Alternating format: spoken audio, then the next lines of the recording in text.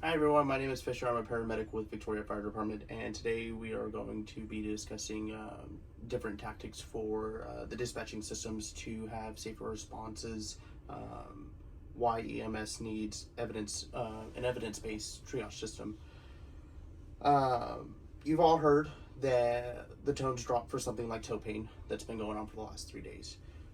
You've cleared from the hospitals, hoping to grab a quick bite, and then suddenly dispatch sends you to a call for flu-like symptoms. And then right after that, a real emergency comes in, such as a cardiac arrest, a shooting, or a major crash, or an incident that we call an MCI, which is a mass casualty incident.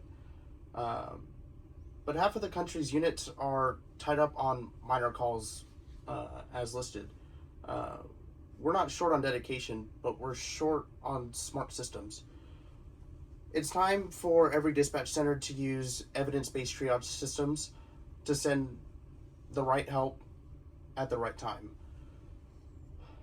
Across the U.S., EMS call volumes keep climbing while staffing keeps shrinking.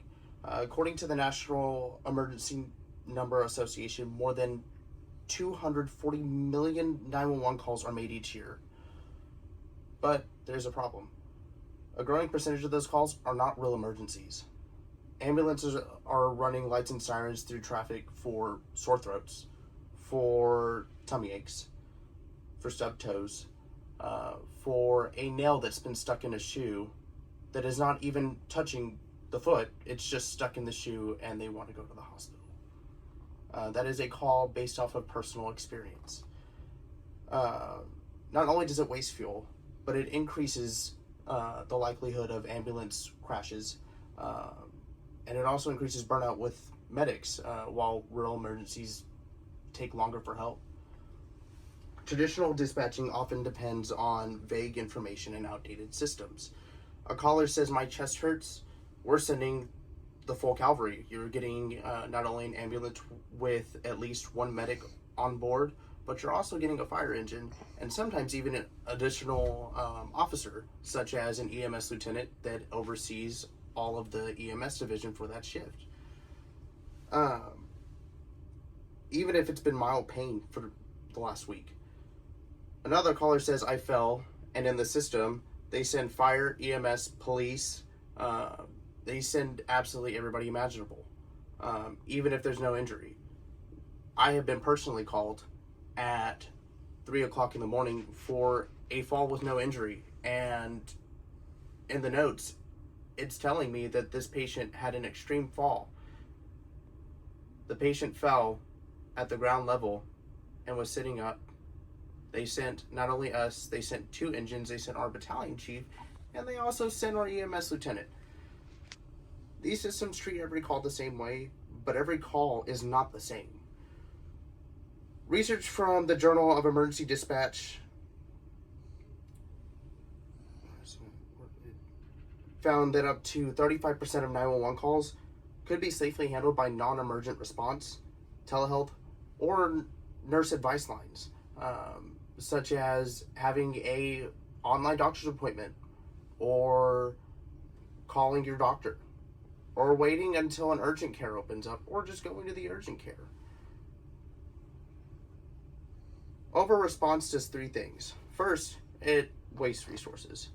There's a limited number of ambulances in every single county, every city, within every state.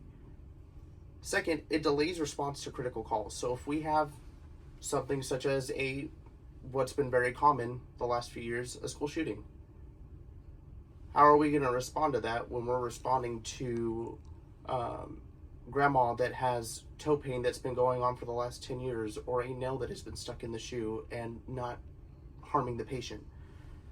Third, it increases fatigue and burnout among providers, which is a big issue within today's society within first responders. When we use old systems, we send units blind. There's not enough information taken. The notes that we get are not actually what's going on. We have a patient that's unresponsive and not breathing, and it turns out that they're just not wanting to talk to people. They're perfectly fine. But then you get a full you get the full cavalry with an EMS.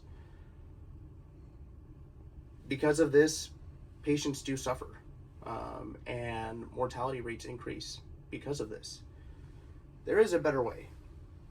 Evidence-based triage systems use a structured algorithm and medical questioning backed by research and outcome data, such as having trained dispatchers that actually go through a course and not just on-the-job training.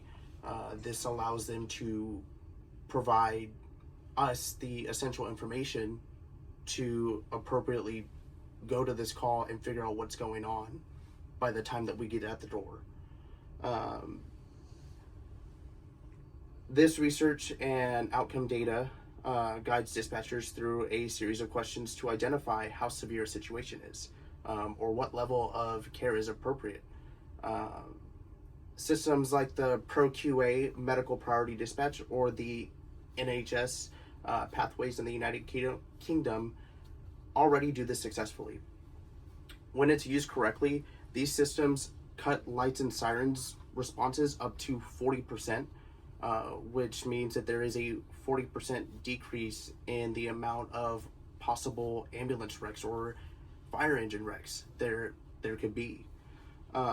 It frees up ambulances for real emergencies when, such as a school shooting, or we have a massive wreck, or grandma is actually not doing well and is unconscious and hardly breathing.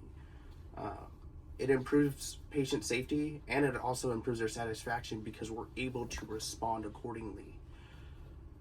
This also creates a consistent data-driven record that can defend the dispatcher's decisions. Departments that adopt them see faster response times for cardiac arrest, for strokes, for traumatic calls, and for critically ill patients. This means that more lives can be saved. This isn't about slowing EMS down, it's about sending help smarter. Now, picture two cities. In this first city, the dispatch still uses outdated methods. Crews run nonstop every single call.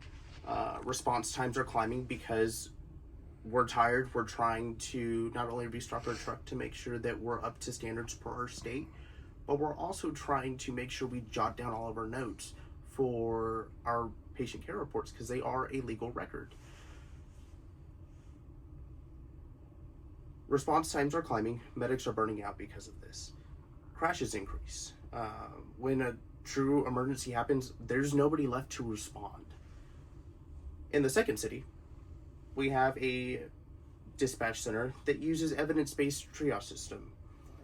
Non-emergent calls are screened by trained staff, or they're just redirected to nursing lines or to a doctor if they feel that it's necessary. And because of this, it's reducing the amount of calls that we get. Priority 1 calls go out immediately, which means a critical incident. If it's a priority 2, it's an emergent call. Priority 3 is a low priority call. Priority 4 is non-emergent, a routine call. It's something that can pretty much be handled either by your doctor's office or by driving yourself to the ER. When crews respond with this system, we respond not only faster, more focused, but also ready for what happens. Critical patients get the help that they need faster because we're able to respond in a more appropriate manner. Hospitals receive accurate pre-arrival information. So these dispatch centers send information to the hospitals to ensure that they're up to date with what's going on, pending on the severity of the patient. The difference between those two cities is efficiency, safety, and survival. Which one would you want your family to have responding to them? So what do?